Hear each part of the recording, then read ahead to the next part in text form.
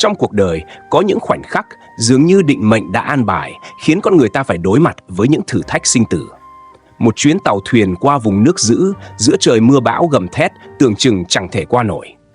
Nhưng rồi, trong lúc tuyệt vọng nhất, sự xuất hiện của một ánh sáng tâm linh, một sự cứu rỗi đầy kỳ diệu đến từ lòng từ bi của Đức Phật đã thay đổi tất cả. Bên bờ sông rộng lớn, uốn lượn như một dải lụa mềm mại, vắt ngang qua vùng đất xanh tươi, có một ngôi làng nhỏ yên bình tên là Bình An. Ngôi làng ấy, dù nhỏ bé nhưng ấm áp tình người, là nơi mà cuộc sống vẫn trôi chảy nhẹ nhàng như con nước mênh mông, gắn bó mật thiết với nhịp sống của dòng sông. Mỗi buổi sáng, khi mặt trời còn chưa thức giấc, làng đã rộn rã tiếng người hò nhau ra đồng, ra sông, chuẩn bị cho một ngày làm việc. Dân làng Bình An sống quanh năm bên bờ sông với những nghề nghiệp giản dị mà bền bỉ: cấy lúa, đánh cá, lái thuyền chở hàng, bán lẻ hải sản tươi rói trên chợ quê. Anh Nam là một chàng trai trẻ trong làng, dáng người cao ráo, gương mặt hiền hậu, ánh mắt luôn chứa đựng sự điềm tĩnh và chăm chỉ. Từ nhỏ, anh đã quen với công việc bám sông, bám nước, học cách chèo thuyền, thả lưới từ bố mẹ và người làng. Mỗi ngày, anh đều thức dậy sớm, phụ giúp mẹ chăm sóc ruộng đồng và gia đình nhỏ, rồi cùng bà con trong làng chuẩn bị cho những chuyến thuyền ra chợ lớn, cách đó vài chục cây số để bán hàng hóa. Những chuyến đi này không chỉ mang lại nguồn thu nhập thiết yếu cho gia đình, mà còn là cầu nối cho người dân quê hương Bình An đến với thế giới bên ngoài. Gia đình anh Nam gồm có mẹ anh, bà Lan, một người phụ nữ đã bước vào tuổi xế chiều, dáng người nhỏ bé nhưng tâm hồn lớn lao. Bà Lan sống một mình nuôi nấng hai anh em anh Nam sau khi cha anh qua đời sớm vì bệnh tật. Mẹ anh dù yếu ớt nhưng lúc nào cũng lo lắng, chăm sóc từng bữa ăn, giấc ngủ cho con cái. Em gái anh Nam, bé Mai, còn nhỏ, đang học lớp 3 ở trường làng, là niềm vui, niềm hy vọng của cả gia đình. Anh Nam luôn cố gắng trở thành chỗ dựa vững chắc cho mẹ và em gái, đặc biệt trong những ngày thời tiết không thuận lợi. Mùa mưa bão lại về, trời bắt đầu u ám, những đám mây đen kéo đến dày đặc, gió bắt đầu thổi mạnh, từng đợt gió lạnh lùa qua những mái tranh, rít lên từng hồi như những tiếng than khóc. Không khí ẩm ướt bao trùm cả làng, làm người dân không khỏi thấp thỏm, lo lắng. Mỗi năm, mùa mưa bão đều đem đến những khó khăn thử thách cho người dân Bình An. Nước sông dâng cao, sóng to, gió lớn, nhiều khi tàu thuyền bị chìm, mùa màng bị tàn phá. Trong lúc ấy, cảnh tượng mọi người trong làng đang tất bật chuẩn bị cho chuyến đi đánh hàng của mình trên chiếc tàu thuyền đã cũ kỹ, nhưng vẫn bền bỉ. Tiếng người gọi nhau, tiếng xách giỏ, tiếng gió hòa quyện tạo nên một khung cảnh vừa náo nhiệt, vừa hồi hộp. Anh Nam đứng bên bờ sông, ánh mắt nhìn ra phía chân trời, nơi những đám mây đen dày đặc đang lặng lẽ tụ lại.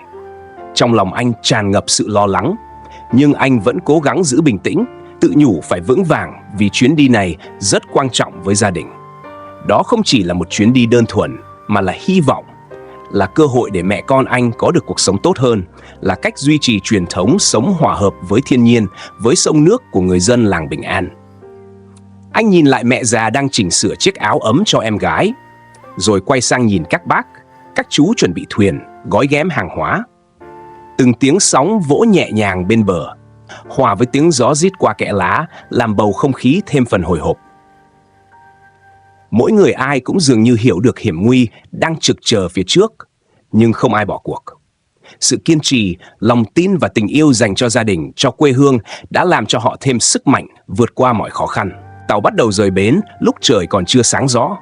Tiếng sóng vỗ nhẹ vào mạn thuyền hòa cùng tiếng người hò reo, tiếng dây thừng căng lên ken két, tạo nên một bản giao hưởng mộc mạc nhưng đầy sức sống của một ngày lao động mới.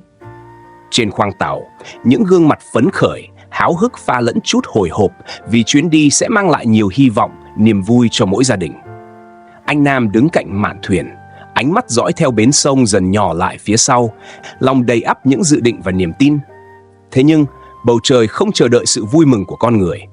Từng đám mây đen dần kéo đến, như những tấm màn dày đặc phủ kín cả vùng trời phía xa. Cái không khí mát lạnh thoáng qua, mang theo hơi ẩm nặng nề của mưa sắp đến, khiến cho lòng người trùng xuống. Làn gió đầu mùa thu bắt đầu rít lên từng hồi, cuốn quýt lấy thân tàu như báo hiệu một điều gì đó không lành sắp xảy ra. Trong khoang tàu, những câu chuyện rì rầm bắt đầu chuyển sang sự lo âu. Một người già trong làng, vốn từng là thầy tu, kể lại câu chuyện về một vị sư già từng sinh sống tại ngôi chùa nhỏ bên sông. Người đã từng nói rằng, mỗi khi bầu trời thu này bỗng nhiên nổi lên cơn bão dữ dội, đó là một điềm báo của sự biến đổi lớn, là dấu hiệu cảnh báo cho những tai họa sắp đến. Lời nói ấy khiến nhiều người rùng mình, ánh mắt họ nhìn nhau đầy lo lắng. Anh Nam đứng lặng yên, cảm nhận sâu sắc không khí nặng nề bao trùm. Trong lòng anh dâng lên một niềm xúc động khó tả. Anh khẽ chắp tay, thầm niệm danh hiệu Đức Phật, cầu mong sự bình an cho chuyến đi và cho tất cả mọi người trên tàu. Tiếng niệm Phật vang nhẹ nhàng trong tâm trí như một điểm tựa vững chắc giữa cơn bão sắp ập đến. Anh biết rằng chỉ có sự bình tâm, sự kiên định trong tâm linh mới giúp anh vượt qua được những thử thách khó khăn phía trước.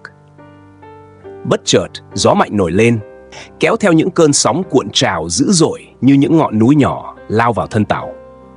Tàu rung lắc mạnh, tiếng kêu ken két của gỗ tàu vang lên làm người trên tàu giật mình. Người lái tàu, một người đàn ông trung niên với kinh nghiệm lâu năm, cố gắng điều khiển con tàu, nghiêng lái để tránh những cơn sóng lớn nhất. Nhưng mọi nỗ lực dường như chỉ làm cho tàu thêm chao đảo. Sóng cứ cuộn lên rồi lại dội xuống, khiến nhiều người bám víu lấy thành tàu để giữ thăng bằng. Anh Nam nhìn quanh, thấy nhiều người bắt đầu hoảng loạn.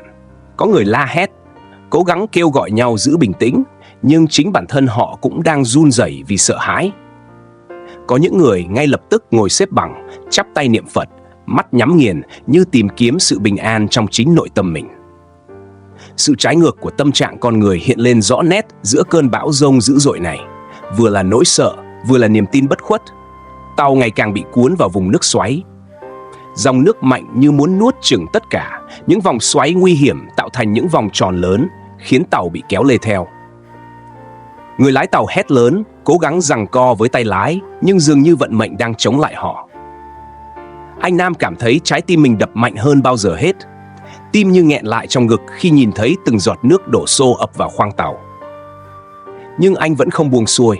Trong lòng, anh tiếp tục niệm Phật, gửi gắm hy vọng vào ánh sáng tâm linh sẽ dẫn dắt mọi người vượt qua cơn nguy khốn. Dòng nước xoáy ngày một mạnh, con tàu bị kéo về phía những khối đá ngầm. Tiếng gào thét của gió và sóng khiến mọi âm thanh khác như bị nuốt chửng hoàn toàn. Cảnh tượng hỗn loạn tràn ngập mọi nơi, nhưng trong tâm trí anh Nam, hình ảnh Đức Phật hiện lên rực rỡ như một ngọn đèn soi sáng trong bóng tối. Anh cố bám chặt lấy thành tàu, lòng tràn ngập sự kiên định và niềm tin vào sự cứu rỗi đang đến gần. Bầu trời càng lúc càng đen kịt, như một tấm vải nhung dày đặc kéo xuống, phủ kín cả không gian. Gió mạnh như một cơn thú dữ quật thẳng vào mặt người, làm cho từng sợi tóc, từng tấm áo trên người anh Nam và những người trên tàu bị phất tung bay ngược lại. Tiếng gió hú rít trong kẽ lá, cuốn lấy từng thân cây ven bờ sông như muốn xé toạc sự yên bình vốn có. Những cơn mưa bắt đầu rơi như trút nước, từng hạt nước nặng nề va vào da thịt, làm lạnh buốt người, khiến mọi thứ mờ mịt như lạc vào một màn sương dày đặc không thể xuyên thấu. Sóng dữ trên dòng sông cuộn lên như những ngọn núi nhỏ khổng lồ. Chúng vươn cao, đập vào mạn tàu với sức mạnh kinh hoàng, khiến chiếc thuyền rung lắc dữ dội như một chiếc lá mỏng manh giữa bão tố. Tiếng gầm gừ của sóng biển hòa cùng tiếng gió hú tạo nên một bản nhạc hỗn độn của thiên nhiên giận dữ. Mỗi cú va đập mạnh làm tim người trên tàu như muốn vỡ vụn, không khí căng thẳng đến nghẹt thở. Bất chợt, một tiếng động lớn vang lên như một trận sấm dữ dội giữa trời thu. Chiếc tàu bất ngờ nghiêng mạnh về một bên, tiếng kêu răng rắc của những thanh gỗ, tiếng vật dụng rơi loảng xoảng vang lên. Chỉ trong tích tắc, tàu lật úp hoàn toàn. Mọi người trên tàu bị ném xuống dòng nước lạnh cóng, nước ngập đến cổ, lạnh đến thấu xương, khiến những cơn rùng mình chạy dọc sống lưng. Anh Nam cố gắng mở mắt giữa màn mưa và nước mờ mịt. Anh vẫy vùng, tìm chỗ bám trong dòng nước xoáy dữ dội. Cuối cùng, anh bám được vào một mảnh gỗ trôi lềnh bềnh giữa dòng nước. Nhưng dòng nước xoáy mạnh như muốn hút lấy cả cơ thể anh, kéo anh đi xa, ra khỏi vùng an toàn nhỏ bé ấy. Trong khoảnh khắc chới với, cảm giác lạnh buốt lan tỏa khắp thân thể, từng cơn đau thắt nghẹn ngào trong tim. Anh Nam tưởng chừng như mọi thứ xung quanh mình đều chìm vào bóng tối tuyệt vọng, không còn ánh sáng, không còn hy vọng. Mỗi hơi thở đều trở nên khó khăn, nặng nhọc như có hàng tấn đá đè lên ngực. Nhưng giữa cơn tuyệt vọng đó, một ánh sáng nhỏ lóe lên trong tâm trí anh như một ngọn đèn trong đêm tối mịt mùng. Anh nhớ lại lời dạy của Đức Phật, lời nhắn nhủ về sự bình an và niềm tin tuyệt đối vào danh hiệu Đức Phật A Di Đà. Anh bắt đầu niệm thầm: Nam Mô A Di Đà Phật, Nam Mô A Di Đà Phật. Như một lời cầu nguyện thiết tha, như một lời mời gọi ánh sáng cứu độ xua tan bóng tối đang bao phủ. Bất ngờ, trong tâm anh hiện ra một hình ảnh mơ hồ mà kỳ diệu. Một ánh sáng vàng rực rỡ tỏa ra từ phía trước, ấm áp, dịu dàng như hơi ấm của mặt trời buổi sáng sau cơn mưa. Từ ánh sáng đó, một bàn tay từ bi chậm rãi đưa ra, mở rộng như muốn đón nhận và nâng đỡ anh khỏi dòng nước dữ. Hình ảnh ấy khiến anh cảm thấy một sức mạnh vô hình tràn ngập trong từng tế bào, xua tan mọi sợ hãi, mọi đau đớn. Giữa cơn bão dữ dội, khi những con sóng giận dữ liên tục cuốn trôi anh Nam, bỗng nhiên anh cảm nhận một sức mạnh vô hình, như một bàn tay nhẹ nhàng nâng đỡ lấy mình. Dòng nước lạnh buốt không còn kéo anh chìm sâu xuống đáy nữa, mà dường như một luồng sinh lực kỳ diệu đang giữ anh lại. Anh Nam như được thở lại, sức lực từ từ trở về bên trong cơ thể yếu ớt đang chới với kia. Mọi thứ xung quanh vẫn là nước mênh mông, mưa gió rít qua từng kẽ lá, nhưng trong lòng anh bỗng có một sự bình yên kỳ lạ, một niềm tin không thể nào lay chuyển. Chợt, từ xa vọng lại tiếng gọi hốt hoảng và tiếng mái chèo khua nước của một người dân đánh cá trong làng. Ông cụ già đang đi trên chiếc thuyền nhỏ giữa dòng nước mịt mờ ấy, tình cờ phát hiện anh Nam đang vùng vẫy yếu ớt giữa dòng nước dữ. Không chút ngần ngại, ông lao mình xuống nước lạnh buốt, bơi nhanh đến chỗ anh Nam, kéo anh lên chiếc thuyền nhỏ mà ông đang chèo. Cảm giác được bấu víu vào thuyền khiến anh Nam như tỉnh lại hoàn toàn, mặc dù cơ thể vẫn run rẩy vì lạnh và mệt mỏi. Ông cụ nhẹ nhàng phủ chiếc áo ấm lên người anh, rồi cùng anh chèo thuyền về phía bờ, nơi ánh sáng của sự sống đang chờ đợi. Trên bờ, những người dân làng cũng đang ra sức cứu giúp nhau trong bão tố. Lần lượt từng người được đưa vào bờ, được chăm sóc và an ủi. Anh Nam nhìn thấy mẹ già và em gái nhỏ, mắt rưng rưng, cả gia đình đã thoát khỏi cơn nguy nan. Niềm vui như vỡ òa trong lòng mọi người, nhưng bên cạnh đó vẫn là sự trân trọng, biết ơn sâu sắc với sự sống được ban tặng một cách kỳ diệu. Khi cơn bão tạm lắng, mọi người quây quần lại bên nhau, giữa tiếng mưa rơi lác đác và không khí còn đầy ắp hơi ấm của ngọn lửa nhỏ. Anh Nam kể lại những gì mình đã trải qua, đặc biệt là hình ảnh ánh sáng vàng rực rỡ và bàn tay từ bi hiện ra trong tâm trí anh giữa lúc tưởng chừng tuyệt vọng nhất. Những người nghe câu chuyện đều chăm chú, ánh mắt đượm buồn pha lẫn niềm tin sâu sắc. Một vị sư già trong làng, người luôn được dân làng kính trọng, từ tốn giảng giải. Đó chính là sự hiện diện của Đức Phật. Ngài đã cứu độ những ai có lòng tin và niềm tin vững chắc. Khi con người ta biết hướng tâm về Phật, niệm danh hiệu Ngài bằng tấm lòng thành kính, thì sự cứu rỗi sẽ đến, dù trong những hoàn cảnh khắc nghiệt nhất. Chính niềm tin ấy giúp con vượt qua mọi giông tố của cuộc đời. Không khí trở nên trang nghiêm, mọi người cùng nhau chắp tay, đồng thanh niệm danh hiệu Đức Phật A Di Đà. Tiếng niệm vang lên hòa cùng tiếng mưa nhẹ rơi, tạo nên một sự thanh thản, an lạc lan tỏa khắp không gian. Mỗi trái tim như được thanh lọc, nhẹ nhàng hơn, cảm nhận sự bình an len lỏi vào từng ngóc ngách tâm hồn.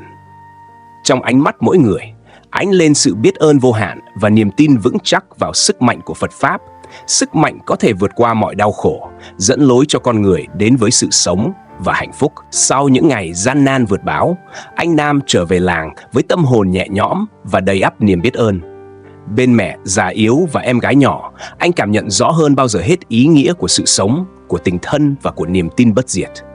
Sự sống được trao lại như một món quà quý giá, thôi thúc anh vững bước trên con đường phía trước với ý chí mạnh mẽ, quyết tâm sống tốt hơn, làm nhiều điều thiện lành cho gia đình và cộng đồng. Câu chuyện kỳ diệu của anh Nam nhanh chóng lan truyền khắp làng, trở thành bài học sâu sắc về sức mạnh của lòng tin, niềm tin vào Phật Pháp và sự từ bi bao la. Người ta kể lại hình ảnh anh Nam trong giông tố, hình ảnh ánh sáng vàng rực rỡ và bàn tay cứu giúp ấm áp như một phép màu của sự cứu độ. Trong cơn bão của cuộc đời, khi mọi thứ tưởng chừng sụp đổ, ánh sáng của Đức Phật luôn hiện diện bên ta, dìu dắt và cứu sống những ai biết thành tâm hướng về Ngài. Dù bão tố ngoài kia có dữ dằn đến đâu, lòng tin, sự kiên nhẫn và niềm tin sâu sắc sẽ dẫn lối cho ta vượt qua mọi gian nan. Hãy luôn nhớ, Phật Pháp không chỉ là lời dạy, mà còn là sự cứu rỗi kỳ diệu giữa đời thường. Và trong mỗi trái tim biết tin yêu, ánh sáng ấy sẽ luôn tồn tại, soi đường và giữ cho ta vững bước trong bất cứ hoàn cảnh nào.